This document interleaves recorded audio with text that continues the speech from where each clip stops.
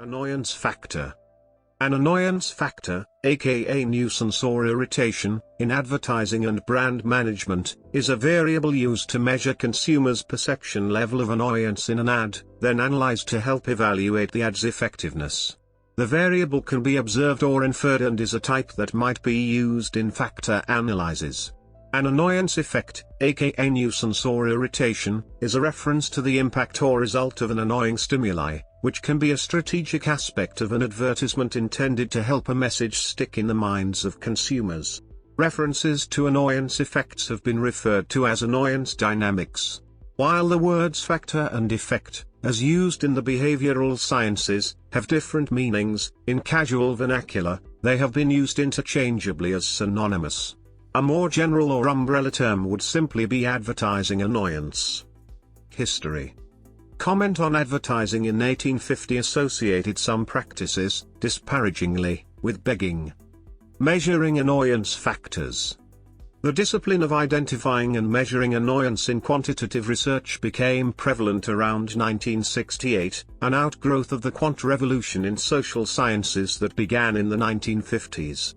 Before that, use and assessment, theoretical and applied, pre-testing, case studies, etc., was mostly qualitative, even simply intuitive or anecdotal, although the literature, since 1968, has been a mix of qualitative and quant.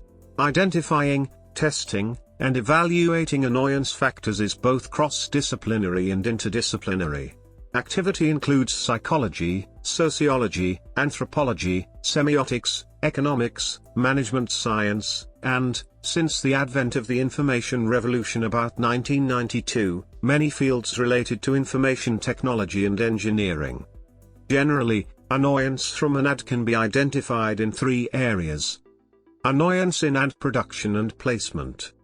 Setting aside advances in technology, the interdisciplinary fields involved in production phases of broadcast media, including digital online, that deal with advertising annoyance, including film, videography, music, art, design, and copy, have remained relatively similar since the dawn of broadcasting.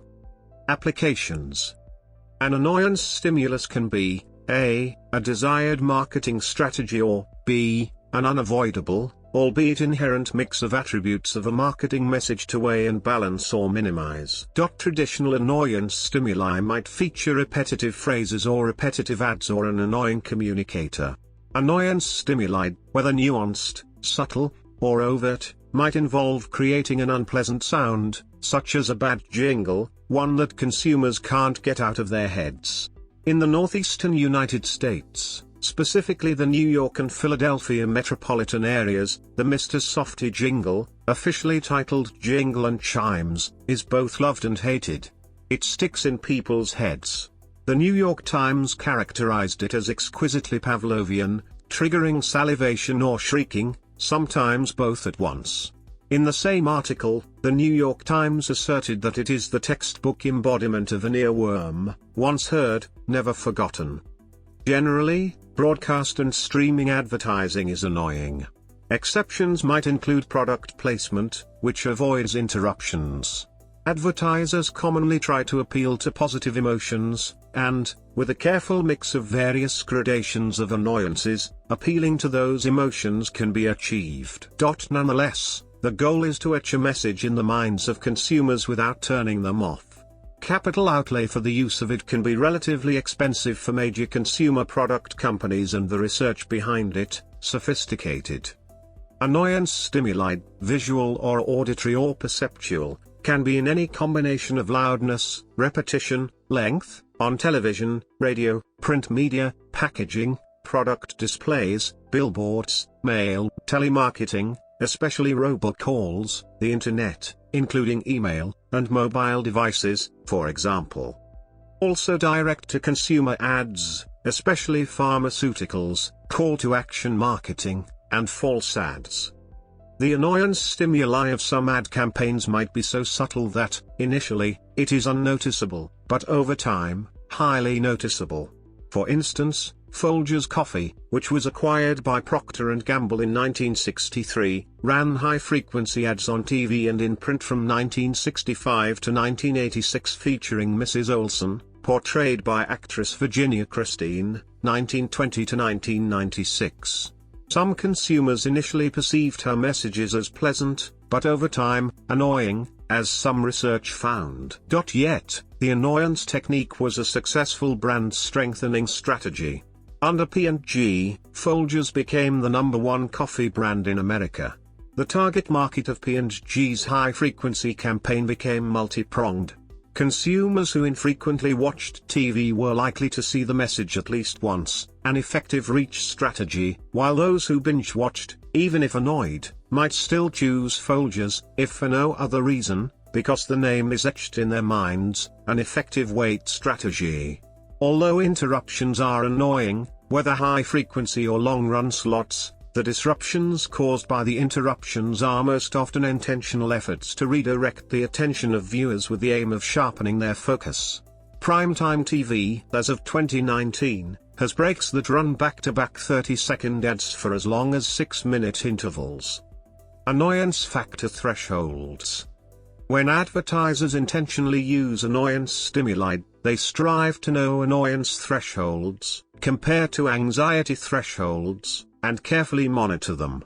Crossing thresholds can adversely affect brands and consumer behavior.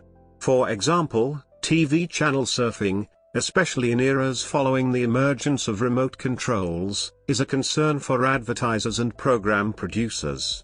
To mitigate viewer drift from surfing, programmers strategically place ads just moments in front of the apex of a plot device or rising action or climax or conclusion or in the midst of suspense, leaving viewers hanging. It doesn't significantly deter channel surfing, but it does lure surfers back. Strategic timing, however, is not commonly deployed in internet broadcasts. For example, a YouTube rebroadcast of CNN News might simply insert ad interruptions in random spots. Another way that major TV networks attempt to mitigate viewer drift from surfing is to synchronize ad breaks with those of other networks so that their respective ads run at the same time. When a viewer switches to another channel during a commercial break, they will be switching to another advertisement. In some situations, the same sponsor will air an ad simultaneously on one more of the other channels. Advertising in premium venues or platforms, where consumers have already paid, movie theaters, cable TV, satellite radio, are routine and generally accepted. Any associated annoyance factors, even perceptions of bait and switch, are dismissed by consumers as negative, albeit long-standing unavoidable economic realities of the respective industries. Email spam, universally accepted as an annoyance factor threshold breach, can be effective from a statistical perspective. However, since 1998, when unsolicited political bulk email first became widespread, legal analyst Seth Grossman pointed out, in 2004, that state and federal governments increasingly have regulated unsolicited commercial email, but political spam had almost uniformly been exempted.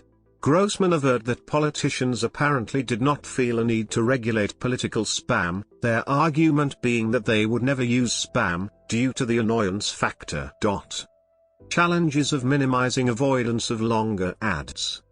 For DVR-TiVo users, studies have shown that short ads, 5 seconds, are more effective than 30-second, and longer ads, due to the annoyance factor of longer ads.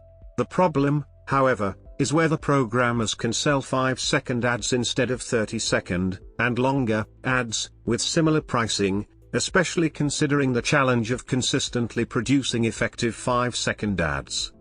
Annoyance factors that influence ad avoidance. Annoying albeit effective ads.